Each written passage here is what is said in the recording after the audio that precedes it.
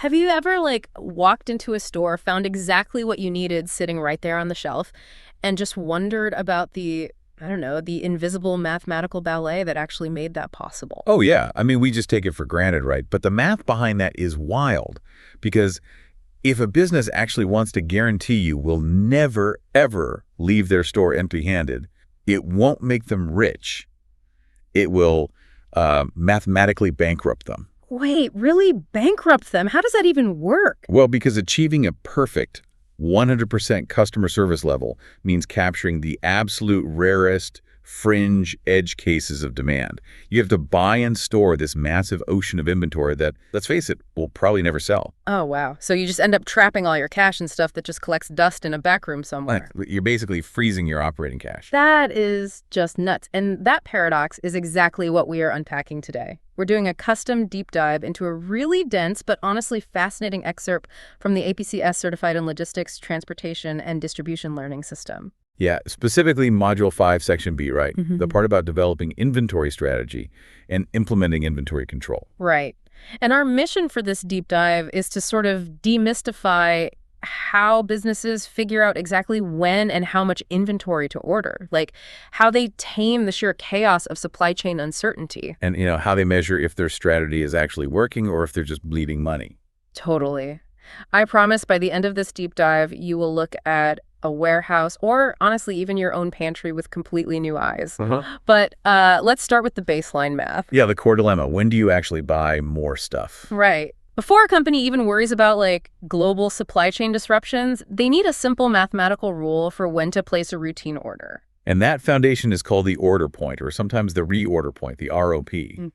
At its most basic level, you calculate it by taking your anticipated demand and just multiplying it by your lead time. Okay, let me translate that into normal human terms. Let's use a milk analogy. Say my family drinks exactly 1 gallon of milk a week. That's my anticipated demand, Yes, right? exactly. 1 gallon a week. And it takes me, say, 1 full day to get to the grocery store and bring it back. That 1 day is my lead time. Right. So I need to trigger a grocery run when I have exactly 1 day's worth of milk left in the fridge. If I wait until the carton is totally empty, we're eating dry cereal tomorrow. Which is a tragedy. But yeah, that's exactly how the order point works for businesses too. It solves the timing, but it doesn't solve the volume. Right, because once I know it's time to go to the store, I still have to decide, am I buying 1 gallon to just get by, or am I buying like 50 gallons because there's a huge bulk discount? And that volume question is answered by the EOQ model, the economic order quantity. It's basically a mathematical seesaw that balances two opposing forces. Which are ordering costs and carrying costs, right? Let's break those down because ordering cost makes it sound like, oh, I just paid for a postage stamp or sent an email. Oh, it is so much more than an email. In a real commercial operation, placing an order means paying a purchasing agent to negotiate the deal. Yeah, and paying the receiving crew to actually unload the truck. Right, plus quality assurance to inspect the goods, accounts payable to process the invoice. I mean, every single order has a fixed administrative penalty attached to it. Wow. Okay, so what's on the other side of the seesaw, the carrying costs? Yeah. Carrying cost is the financial penalty for just letting things sit there. It's rent for the warehouse, climate control, insurance premiums, the risk of the goods expiring. Oh, right, like if the milk goes bad? Exactly. And crucially, it's the opportunity cost of the capital. If you drop 10 grand on inventory that just sits for a year, that is 10 grand you couldn't invest in, new equipment or marketing. So both extremes are just terrible. If you order tiny amounts every single day to keep your shelves perfectly lean, your carrying costs are zero, but your administrative ordering costs absolutely skyrocket. You'd be processing 365 deliveries a year. It would be chaos. But conversely, if you order a 5-year supply, to avoid ordering costs, you have to build a new warehouse just to store it all. Which drives carrying costs through the roof. So the EOQ formula finds that magical sweet spot, right? The mathematical trough where those two costs combined are at their absolute lowest. Exactly. And the source material has this really pristine example for this. Let's say a business needs 5,000 units of something every year. Okay, 5,000 units. And the fixed administrative cost to place one single order is $100. The item itself costs $45 to buy, and the annual carrying cost is calculated at 25% of the item's value. Wait, let's just pause on that 25% figure. That seems huge. At $45 a unit, 25% means they're paying like $11.25 per item every single year just to keep it in the building. Yeah, holding inventory is incredibly expensive. But when you plug all those numbers, the $5,000 demand, the $100 order cost, the $11 carrying cost, into the EOQ square root formula, it spits out the optimal order quantity. Which is what? 298 units. Yeah. Okay, so mathematically, ordering exactly 298 units every time you hit your order point gives you the cheapest possible operating cost for the year. Exactly. But wait, hang on. This assumes the 5,000 unit demand is perfectly constant, right? Like, customers are buying the exact same amount every day, and it assumes the delivery trucks never get delayed by a snowstorm. Yeah, it assumes a perfect world. But we don't live in a fantasy world. Demand fluctuates all the time. And you are totally right to push back on that. The EOQ model is pretty fragile in real-world chaos, which is why the text introduces alternative systems, like the period order quantity, or POQ. Oh, right, where instead of ordering a fixed amount, you order a fixed time's worth of inventory. Exactly. You might decide the sweet spot is ordering 3 weeks' supply. But in the busy season, a 3-week supply might be 600 units. In a slow month, it might only be 50 units. That makes a lot of sense. And what about for things that are super perishable? For that, they use a lot-for-lot system, or L4L. It just means the order matches the exact immediate requirement. If you need 14 units tomorrow, you order exactly 14 units today. But man, that requires a flawlessly responsive supply chain. Which brings us to the beast of uncertainty, because things do go wrong. Trucks break down. Customers panic buy. Yeah. That's why supply chains have to build mathematical armor against reality. They use physical buffers. We're talking about safety stock and safety lead time, right? Precisely. Safety stock protects against how much is demanded, like if demand suddenly spikes. Safety lead time protects against when it arrives, like if a supplier goes on strike and delays the shipment. Okay, but this goes back to my first question. If running out of stock is so bad, why not just hold enough safety stock to guarantee a 100% service level? Just never run out. Because of the exponential cost of perfection. The text actually maps this out using standard deviations on a bell curve. Okay, standard deviations. I remember that from statistics class, barely. Right, well, holding one standard deviation of safety stock covers roughly 84% of all normal demand fluctuations. Okay, so 16% of the time you still run out. That doesn't sound great. It isn't. So if you want to push that reliability to, say, 97.7%, you have to double your safety stock to 2 standard deviations. Oh, wow. Double the physical inventory just to cover that extra 13%. Yep, and it gets worse. To hit a 99.86% service level, you need 3 standard deviations of safety stock. Wait, so you are buying and storing a massive mountain of goods just to cover, like, a 1 in 1,000 demand spike. Exactly. And for the other 999 days, it just sits there, bleeding, carrying costs, and destroying your return on assets. It's financially toxic. So how do companies actually decide where to draw the line? How do they validate their safety stock budget? They do it by calculating the true hidden costs of a stockout. And the textbook breaks this down into this fascinating 3-tier formula of financial pain. Okay, I love a good pain tier. What's the first one? The first tier is just the immediate operational friction. Like, say you run out of an item. You might have to pay a $100 premium for overnight expedited shipping, plus the labor to manage the backorder. Okay, $100. That's annoying, but not fatal. Right. But the second tier is the lost profit from the missed sale. If the customer refuses to wait and just goes to a competitor, you lose the margin on that sale. Let's say that's a $500 hit. Ouch. Okay, 500 hurts. But the third tier, this is the one that terrifies executives. It's the lost lifetime customer revenue. Oh, because they went to the competitor, realized they liked them better, and just never came back to you. Exactly. You didn't just lose a $500 margin, you lost years of future sales. The text estimates this type of brand abandonment can easily be a $25,000 financial hit. $25,000. Wow. So by blending all those probabilities together, they get an average cost for every stockout incident. Right. Let's say the blended math says an average stockout cost the company $1,385. Then that $1,385 becomes a hard ceiling.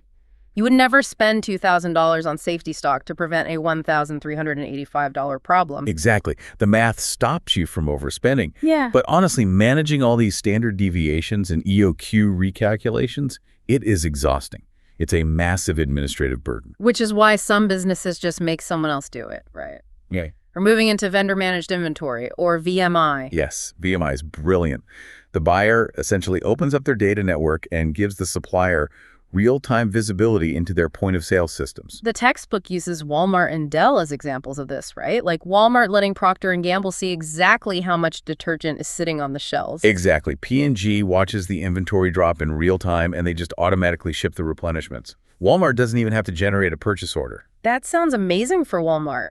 They eliminate all their ordering costs, and P&G absorbs all the labor of forecasting. But wait, I see a huge conflict of interest here. What's that? If I give a supplier the keys to my warehouse and their sales reps are trying to hit a quarterly bonus, what's stopping them from just stuffing my warehouse full of unneeded goods? Like, just dumping inventory on me so they get paid. Channel stuffing. You are spot on. That is exactly the vulnerability. And that's why VMI requires ironclad agreements. Okay, so they put rules in place. Yeah, strict maximum inventory levels that the supplier is legally not allowed to exceed. And often, these deals are tied to pay-on-scan terms. Meaning the supplier can deliver the goods, but they don't actually get paid until a consumer buys it at the register? Precisely, which completely eliminates the incentive to overship.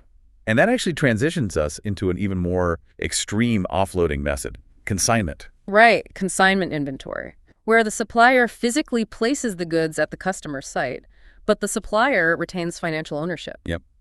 The inventory is sitting right there in the buyer's warehouse, handled by the buyer's forklift drivers.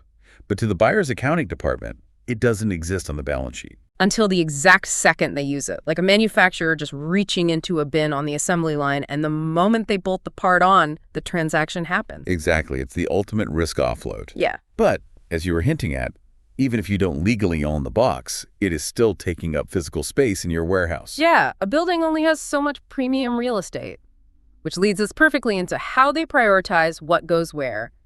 ABC analysis. Yes, the Pareto principle applied to the warehouse, the 80-20 rule. It asserts that a tiny percentage of your products generates the vast majority of your revenue. Like my closet, honestly. Yeah, 20% of my clothes get worn 80% of the time. They are my A items. The rest are just C items collecting dust in the back. That is actually a perfect analogy. In a hardware warehouse with 10,000 SKUs, the A items are that top 20% driving 80% of the cash flow. And the B and C items make up the rest. So the A items get the VIP treatment right. Best stores locations, tightest forecasting.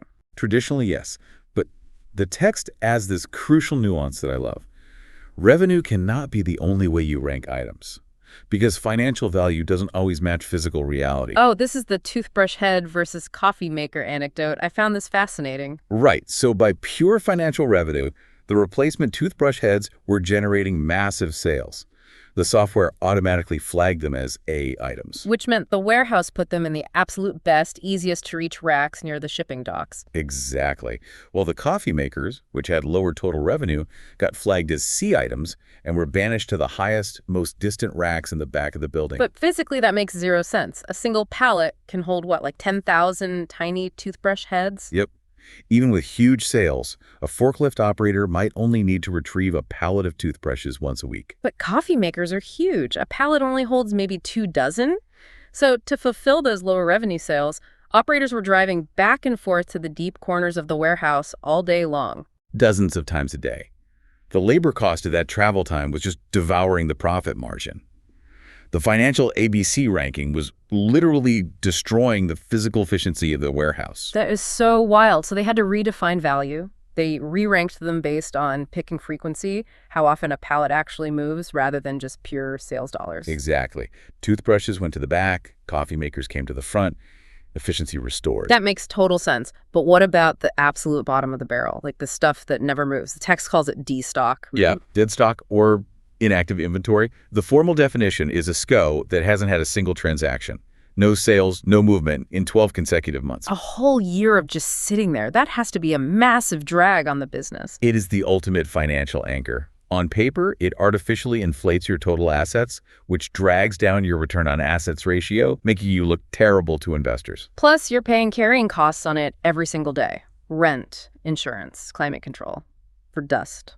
Exactly. Aggressively liquidating dead stock, even at a huge discount, is one of the smartest things a company can do to free up space and cash. But, okay, all of this categorizing the A, B, C, D stuff, the safety stock math, it's all completely useless if your digital inventory records don't match reality. Oh, 100%. If the computer says you have 200 coffee makers in rack 4, but the rack is actually empty, Your whole strategy collapses. You stock out. So how do they keep score? Historically, businesses used to do an annual physical inventory, right? Where they literally shut down the whole operation once a year to count everything. Yeah, they freeze shipments, hand out clipboards, and count every single bolt. It is incredibly painful and honestly mostly done just for financial compliance and taxes. It sounds totally disruptive. There has to be a smarter way operationally. There is. It's called cycle counting. Instead of one massive shutdown, you do continuous localized audits throughout the year. Oh, wait. Let me guess how this connects to what we just talked about. Do you use ABC analysis for cycle counting? You absolutely do. So you count your vital A items, like every week, but you only bother counting your C items maybe once a year. Spot on. Oh, It focuses your labor exactly where the accuracy matters most for survival. that is brilliant. Okay, so once you've got your cycle counting, keeping the data clean, your safety stock optimized, your VMI contracts in place, how does executive leadership actually know the whole machine is working? What's the final scorecard? The primary metrics are days inventory outstanding, or DIO, and inventory turnover. Turnover just measures how many times a year a business completely cycles through its total inventory. I imagine that varies completely by industry, right? Like a grocery store has to turn over its produce constantly or it literally rots. Yeah, dozens of times a year. Yeah. Whereas a company selling heavy industrial farming equipment might only turn their inventory twice a year. Right. But generally speaking, a higher turnover is good. Yes. High turnover means goods are flowing efficiently. Less capital is trapped on shelves, carrying costs are minimized. It's a sign of operational health. But wait, if you push turnover higher and higher, doesn't that mean you're running leaner and leaner? Yes. The razor's edge. Because if you run too lean, you strip away all your safety stock. You lose the buffer. Exactly. And if you lose the buffer, you expose yourself to those massive $25,000 stockout penalties we talked about. High turnover is great until it breaks the system. Wow. It really is a balancing act. We have covered a huge amount of ground today, from the basic EOQ math to taming the chaos with safety stock, to partnering with suppliers through VMI, all the way to ABC analysis and cycle counting. It really does fundamentally change how you look at a simple cardboard box sitting on a shelf, doesn't it? It completely does. But I want to leave you and the listener with one final forward-looking thought to sort of chew on. Okay, let's hear it. This entire discipline, all this math we just talked about, is fundamentally about decoupling supply from demand using a physical buffer of goods, right? We hold inventory because lead times exist and because humans are unpredictable. But imagine a future, maybe 50 years from now, with instantaneous 3D printing in every home, or regional microhubs, combined with perfect AI demand prediction. Like, the AI knows you need a part before it even breaks. Oh, wow. Right. If technology completely erases lead times and demand uncertainty, will finished goods inventory even exist in the future? Or will the massive distribution centers of tomorrow just be silos of raw elemental molecules just waiting to be assembled on demand in seconds? That is a pretty crazy thought experiment. It would make EOQ obsolete overnight. Exactly. So think about that the next time you order something online and track it to your front door. Thank you so much for joining us on this deep dive. It's been an absolute pleasure. Keep questioning the systems operating just out of sight. Until next time.